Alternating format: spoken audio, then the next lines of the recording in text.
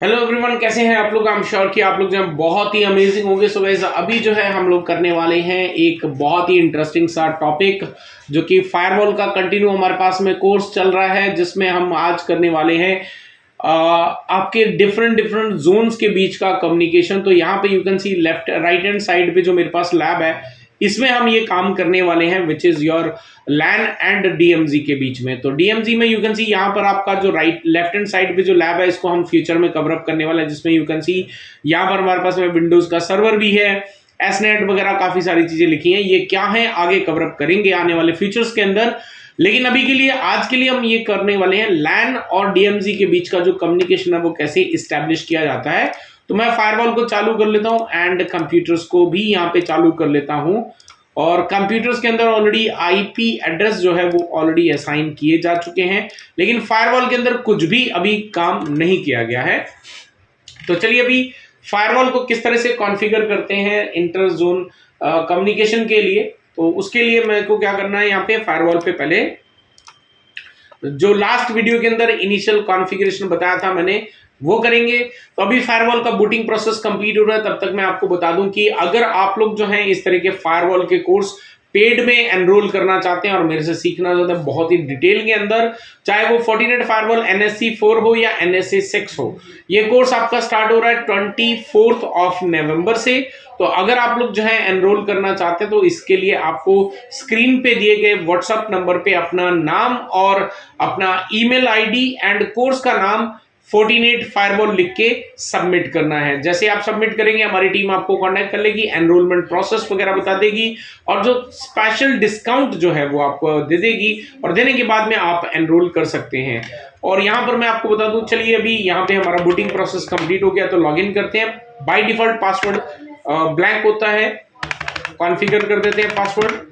So basically जब भी हम कोई नया फायरवॉल यहाँ पे लेते हैं तो ये ऑफिशियल जो वेबसाइट है फोर्टिनेट फायरवॉल की, वो इवैल्यूएशन यानी कि ट्रेनिंग पर्पस के लिए जो है आपको दिया जाता है, एजुकेशन पर्पस के लिए दिया जाता है एक शॉर्ट टाइम के लिए। वही इमेज जो है हम यहाँ पे फोर्टिनेट फायरवॉल की इस्तेमाल कर रहे हैं। तो यहाँ पर जो है हम लेते हैं let's say get system interface physical. So यहाँ पे आईपी एड्रेस हमें मिला 10.10 का। तो हमें क्या करना है, यहाँ पे वापस जाना है और लिखना है कॉन्फ़िग सिस्टम इंटरफेस, और यहाँ पे करना है एडिट पोर्ट 1, क्योंकि ये हमारा मैनेजमेंट पोर्ट है जिससे हम ये एक्सेस करने वाले हैं। तो यहाँ पे हम करेंगे append allow access HTTP, enter करते हैं, एंड करते हैं, बाहर आ जाते हैं।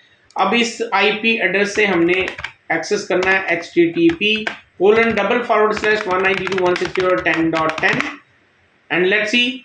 तो यहाँ पर यू कैन सी अभी एक्सेसिबल नहीं है, तो थोड़ा सा वेट करते हैं, अगर नहीं होगा तो हम इसका जो आईपी एड्रेस है वो चेंज भी कर सकते हैं, कोई दिक्कत नहीं है उससे।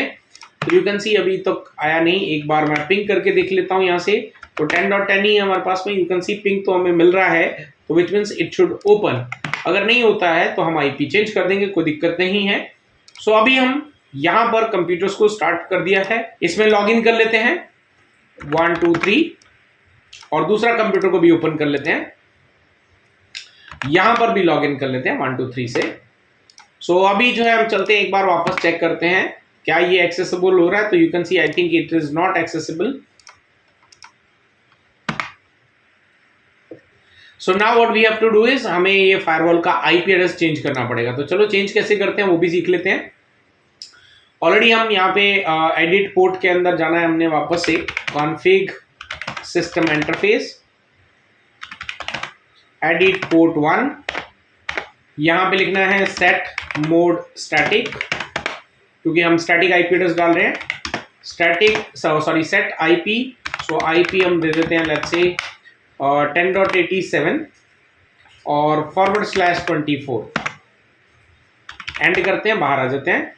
87 दिया, लेट्स सी 87,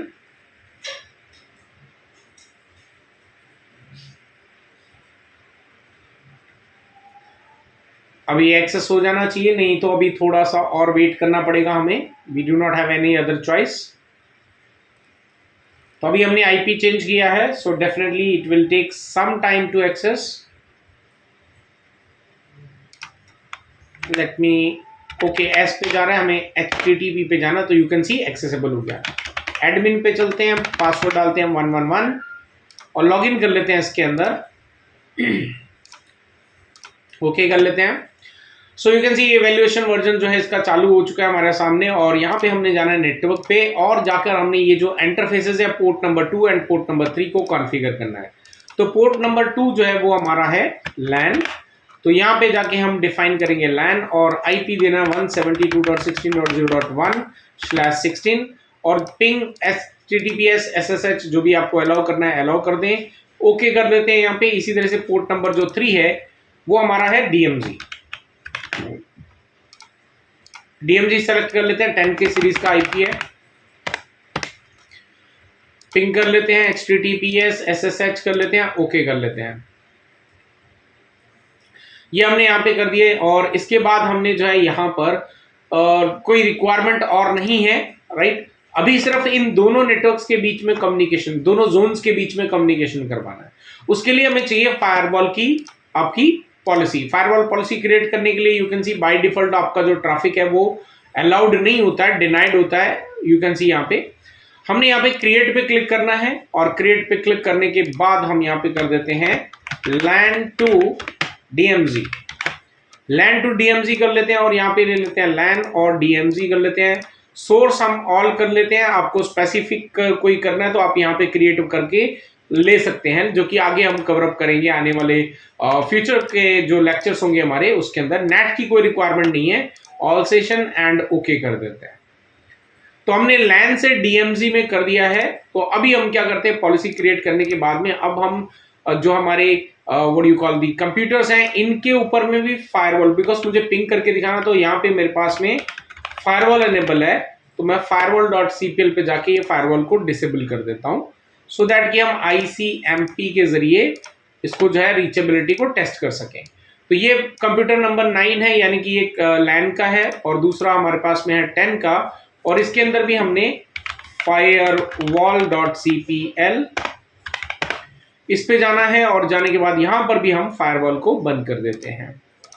सो फायरवॉल को बंद कर लेते हैं, ओके कर लेते हैं एंड ओके करने के बाद अब हम क्या करते हैं, दोनों साइड से पिंग इनिशिएट करते हैं। CMD पे चलते हैं और यहां से मैं पिंग करता हूं 172.16.0.10 एंड कंटिन्यू पिंग लगा देते हैं। तो रिप्लाई नहीं आ रहा है। दूसरी साइड पे चलते हैं, यहां पर भी हमने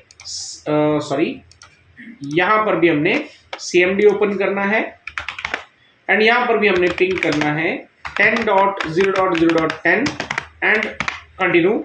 यहां से यू कैन सी हमें पिंग मिल रहा है, बट यहां से हमें पिंग नहीं मिल रहा है।